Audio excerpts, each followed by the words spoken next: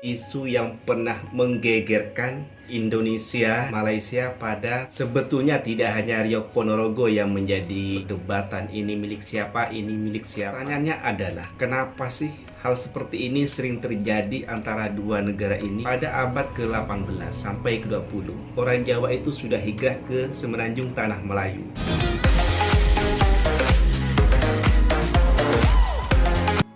Ada belalang di batu nisan, lalu hinggap di kayu rotan. Nenek moyang dulu berpesan, jagalah budaya dan dilestarikan.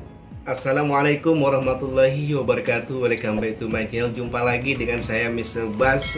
Bagaimana kabar Anda hari ini? Semoga dalam keadaan baik-baik saja, sehat walafiat dan dimurahkan rezekinya. Amin ya rabbal alamin. Baik, pada kali ini saya akan membahas tentang budaya tradisional yang ada di Indonesia dan juga di Malaysia. Ya, antara Indonesia dan Malaysia ini memang banyak sekali persamaan budaya, terutamanya budaya tradisional. Pada kali ini saya akan ambil satu contoh budaya tradisional yang ada di Indonesia dan ada di Malaysia. Salah satunya adalah Riok Ponorogo. Kalau kita bicara seni Riok Ponorogo ini ya, saya jadi teringat pada tahun 2017 yang sempat menggemparkan isu yang pernah menggegerkan Indonesia dan Malaysia pada tahun 2007 silam. Ya, pada saat itu Indonesia khususnya warga Ponorogo itu digegerkan dengan isu klaim Riok Ponorogo oleh Malaysia. Ya, dari salah satu website resmi Kementerian Kebudayaan di Malaysia terdapat foto Riok Ponorogo yang kepalanya ditulis tulisan Malaysia. Sehingga itu beranggapan bahwa kesenian tradisional yang berasal dari Ponorogo ini telah diklaim oleh Malaysia. Pada saat itu, ini betul-betul membuat geger warga Ponorogo dan instansi pemerintah setempat. Asalnya, Riok Ponorogo ini sudah didaftarkan sebagai hak cipta milik Kabupaten Ponorogo pada 11 Februari 2004 silam. Ini juga membuat ribuan penari Ponorogo berunjuk rasa di depan kantor Kedutaan Besar Malaysia. Hingga akhirnya Duta Besar Malaysia keluar dan menjelaskan bahwa kerajaan Malaysia tidak pernah mendakwa Riok original dari Malaysia, dan juga mengatakan bahwa Malaysia mengakui kalau Riok ini berasal dari tanah Jawa yang dibawa ke semenanjung tanah Melayu ratusan tahun yang lalu dan dipraktekkan sampai pada hari ini. Sebetulnya tidak hanya Riok Ponorogo yang menjadi suatu perdebatan, ini milik siapa, ini milik siapa. Banyak lagi kebudayaan-kebudayaan leluhur peninggalan nenek moyang yang menjadi bahan perdebatan antara dua negara ini, terutamanya di sosial media, baik itu kebudayaan berupa makanan maupun seni tradisional. Ada yang mengatakan ini asal dari negara saya, yang satu lagi mengatakan ini asal dari negara saya, dan itu sering terjadi di sosial media tentang perdebatan siapa sih yang punya kebudayaan ini. Pertanyaannya adalah, kenapa sih hal seperti ini sering terjadi di antara dua negara ini, Indonesia dan Malaysia? Tentunya ada latar belakangnya yang menyebabkan semua ini terjadi.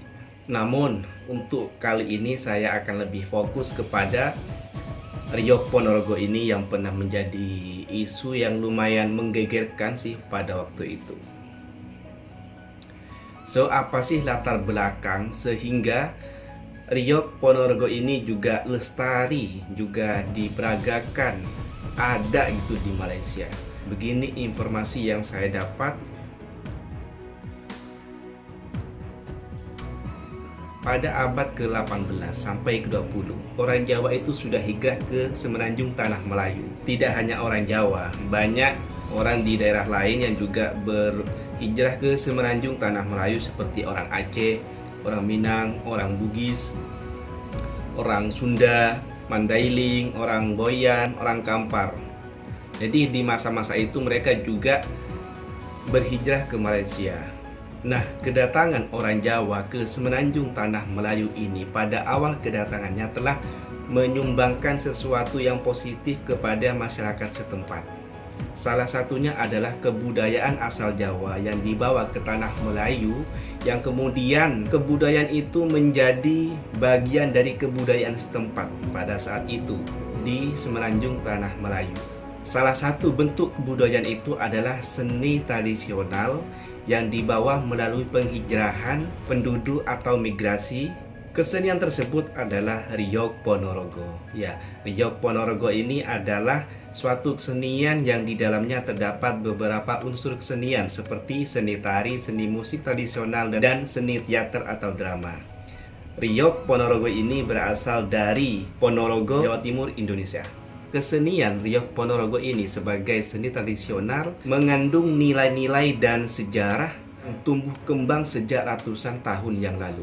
Tidak hanya sekedar menjadi kebanggaan orang Ponorogo, tapi juga menjadi kebanggaan Indonesia pada umumnya. Kesenian ini juga menyebar ke luar negara seperti Suriname, Amerika Serikat, Korea Selatan, dan tentunya di Malaysia.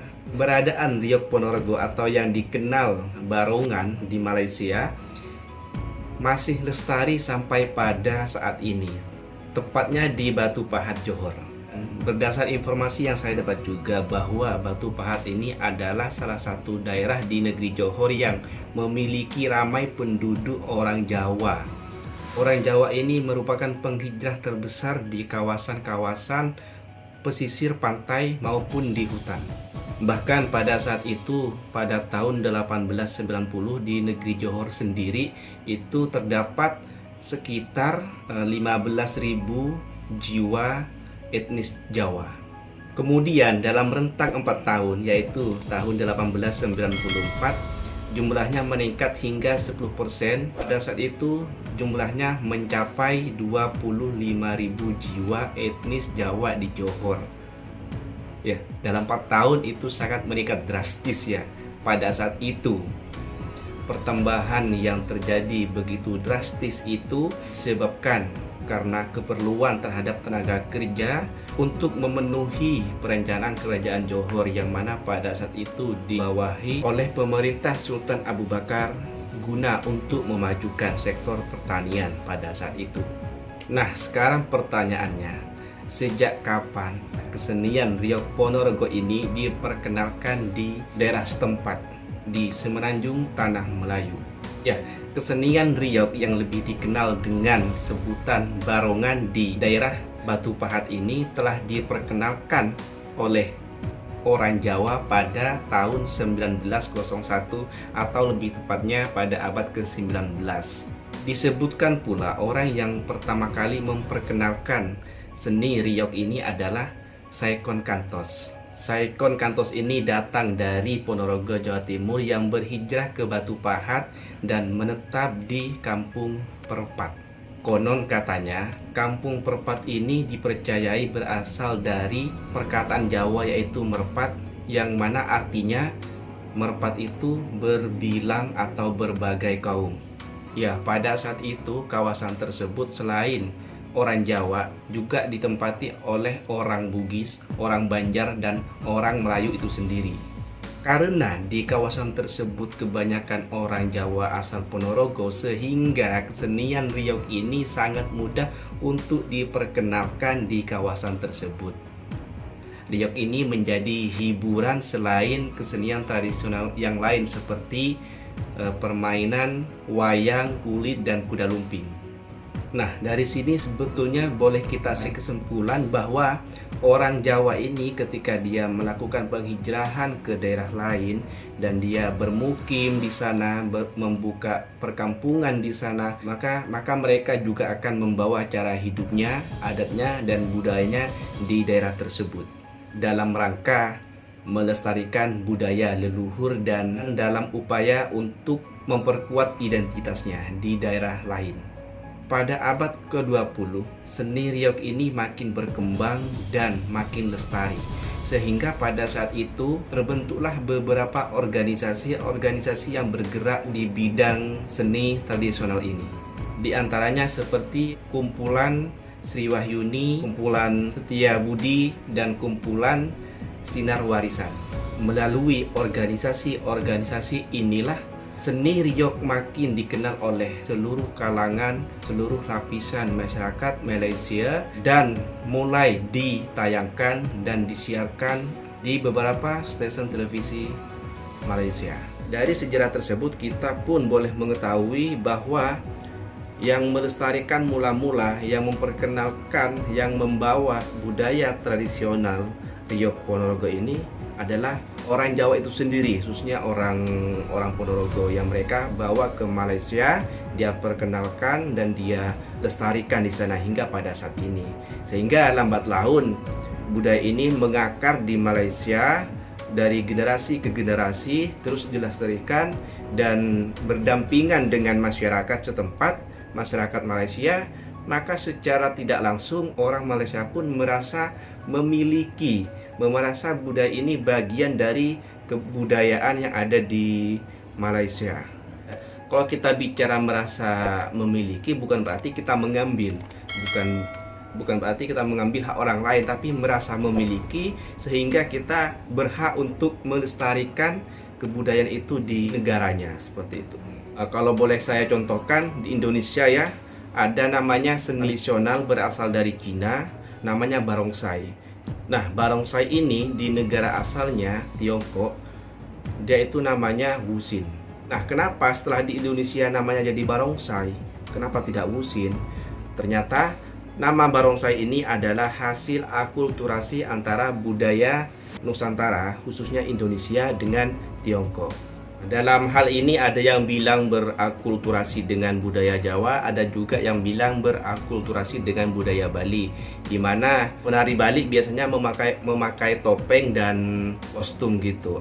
Atraksi kesenian barongsai ini sering diperagakan dan dipraktekkan oleh etnis Tionghoa di Indonesia manakala ada perayaan-perayaan hari raya besar seperti Hari Raya Imlek, Tahun Baru Cina, seperti itu.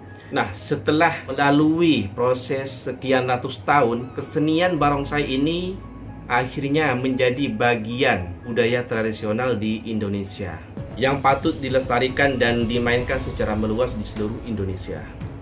Dan bahkan salah satu perkumpulan yang bergerak di bidang barongsai ini memenangkan juara satu pertandingan dunia yang diadakan di Surabaya pada tahun 2006. Dan ini sangat mengharumkan nama Indonesia pada saat itu. Ya, meskipun asal usulnya ini dari Cina, tetapi karena sudah berakulturasi dengan budaya di Indonesia dan Indonesia merasa memiliki budaya itu. Dan tidak hanya itu, bahkan pada tahun 2010 tanggal 17 Agustus ya, tepatnya pada hari kemerdekaan Republik Indonesia yang ke-65, Istana mengundang salah satu perkumpulan seni Tionghoa ini untuk menampilkan aksinya di atas panggung Istana Kenegaraan yang disaksikan oleh Presiden dan pejabat tinggi lainnya serta disaksikan oleh undangan dari negara asing. Nah, dari sini kita juga bisa menarik kesimpulan bahwa ketika ada kesenian dan kebudayaan yang dibawa oleh kelompok etnis, kemudian mereka menetap dan menjadi warga negara yang di negara yang mereka singgahi, maka secara tidak langsung lambat laun kebudayaan yang mereka bawa akan menjadi bagian dari kebudayaan di mana negara mereka tinggali. Sehingga kita merasa memiliki terhadap kebudayaan itu dan patut dilestarikan di negara kita tanpa mengatakan bahwa budaya itu adalah original dari negara kita. Nah, semoga apapun yang saya sampaikan tadi dari awal sampai saat ini, semoga itu menjadi satu yang bermanfaat, bisa membuka mindset kita, bisa lebih open minded bahwa kalau kita bicara Malaysia dan Indonesia ini adalah banyak sekali persamaan. Jadi tidak heran jika ada satu kebudayaan yang dilestarikan di dua negara ini. Bicara tentang persamaan budaya, saya jadi teringat dengan perkataan Enas Effendi, budayawan Riau.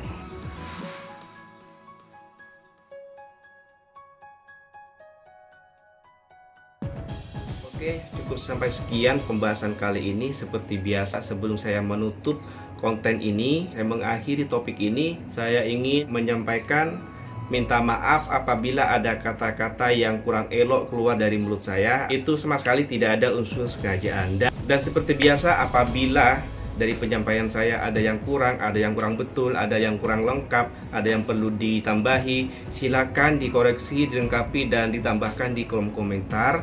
Marilah kita berdiskusi dengan bahasa yang baik, dengan retorika yang baik, dengan bahasa yang sopan, dengan adat kemelayuan.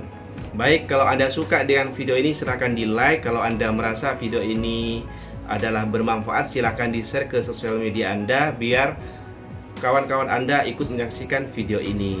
Dan jangan lupa untuk subscribe channel ini serta nyalakan tombol loncengnya agar mendapatkan notifikasi bila ada postingan baru dari channel ini. Sampai jumpa di next konten. Wassalamualaikum warahmatullahi wabarakatuh.